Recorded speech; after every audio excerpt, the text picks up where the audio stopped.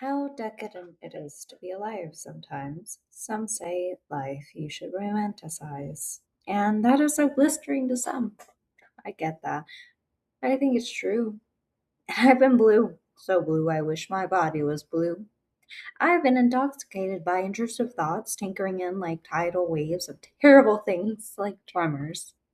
I've had tremors, like how most envision a seizure, like vomit with a slight side of maladaptive migraines. Laid stiff, sterile, unmovable, unable to move entirely for hours on end against my will. And it's funny, I'm remarkably healthy, something that makes all of the fours seem loony. But it's simply what a hurt mind will do to you when otherwise I should feel so fortunate for this body I have. Some of us are born with hurt minds, others develop them.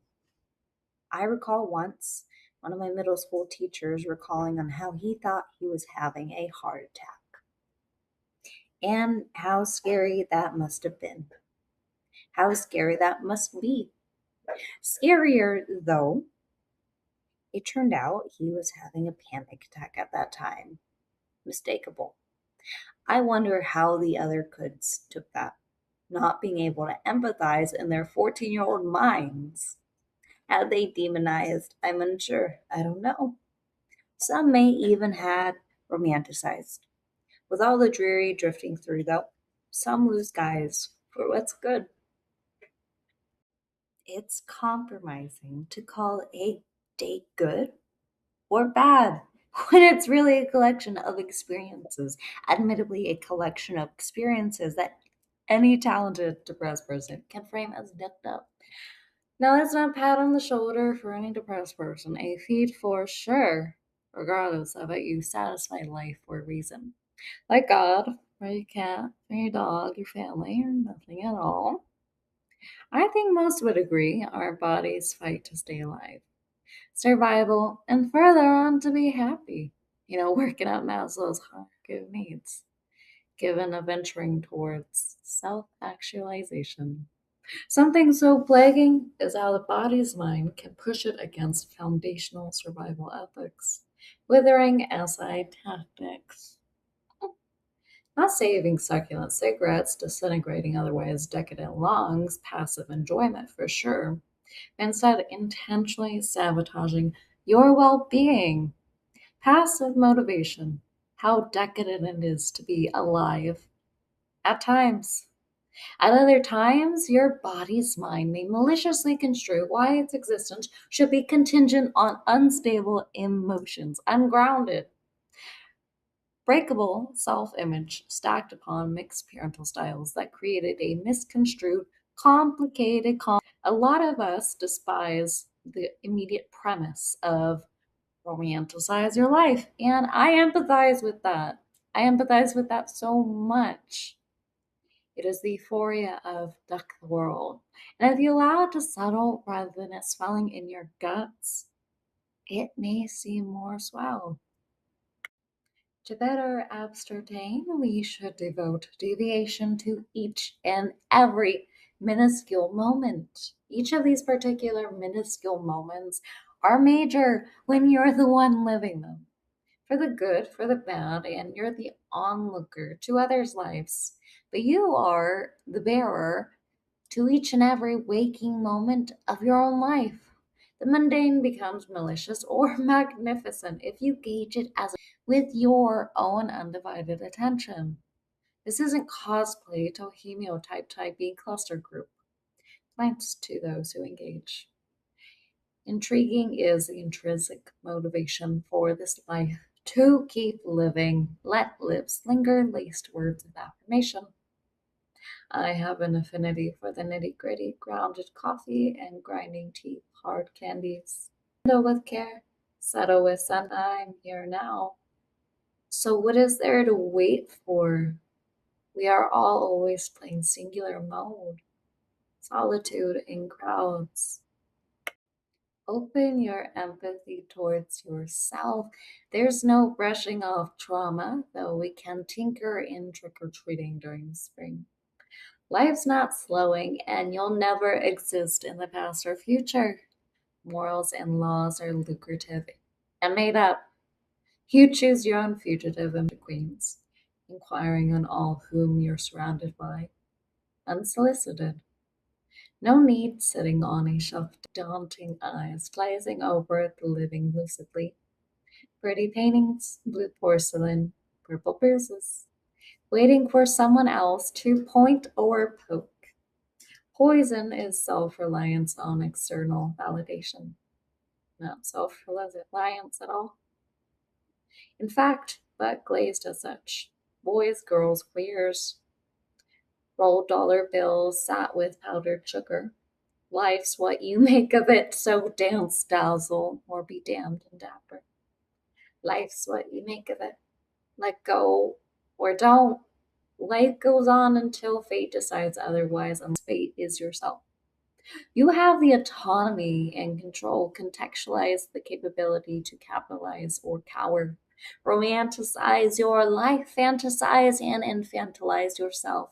If rubber baby is the center of someone's world, now entirely yours. We live life without choice till there's a choice to be made. Cherished or not, the carousel dips down and up. Touch the chandelier when you can. There is no tariff on that. When we dip down to find the rabbit's hole, come now, come then rage and make soon to romanticize the journey, climbing out, romanticize retaliation, and realize there's still always room to romanticize. It's a one player game. Romanticize life, that's addictive. Like a non ADHD person's professional administration of Adderall. Difficult to prescribe, but easier to publicize as placebo perfection. Once it begins, you'll be putting band aids on ripped cuticles instead of irritating it, a trail of blood down brutal, brittle fingers. Nothing is near as the present moment, so no point delaying small delusions that may in fact be sweet truths. What sits succulent or savoring as such? What point is there to sitting succulently for centuries on end? Echoes will cause erratic harm, so why do you stand in the cave's mouth?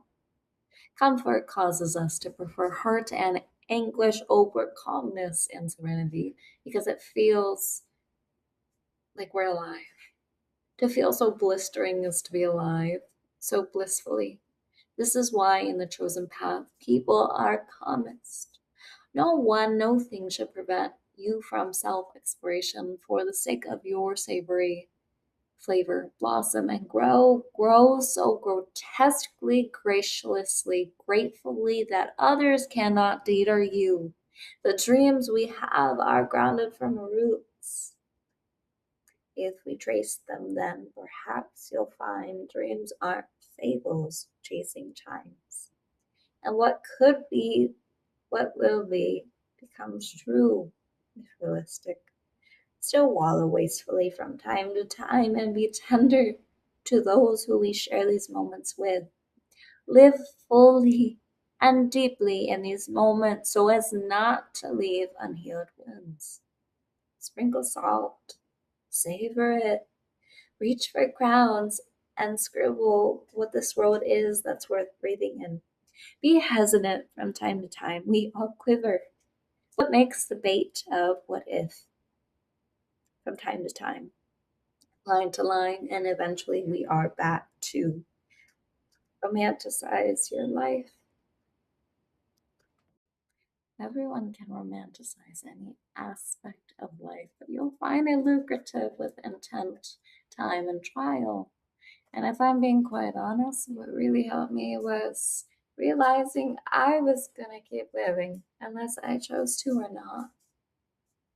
If I wasn't to commit to that choice, then what point was there to keep living whilst fantasizing the recently deceased while battling rotting acid-filled teeth? I'd switch eyes with you if I could, but your eyes are latched to your brainstem, silly. So please shift your perspective so as to romanticize your life little by little. More so by the days passing. Some will see you as boring, others will see you as extravagant. Rumpelstiltskin writes rhymes, lines are like lies of which you should not rely. You can only meet others as deeply as you met yourself. So please meet them in meeting you. Your eyes present to romanticize every aspect of your life that could be laced with lust. If that didn't convince you to romanticize your life, then I dare you. I triple doggy dare you to romanticize your life. Can't back down to that, can you? It's kind of an experiment. Thank you for watching. Yeah, let me know how much you hate it. I'm really curious. Like so many rooms for improvement. But like, tell me about it. Critique me. I want to hear it. I actually love critique. I actually do. Just not from certain coworkers. Thank you. Bye. Toodaloo.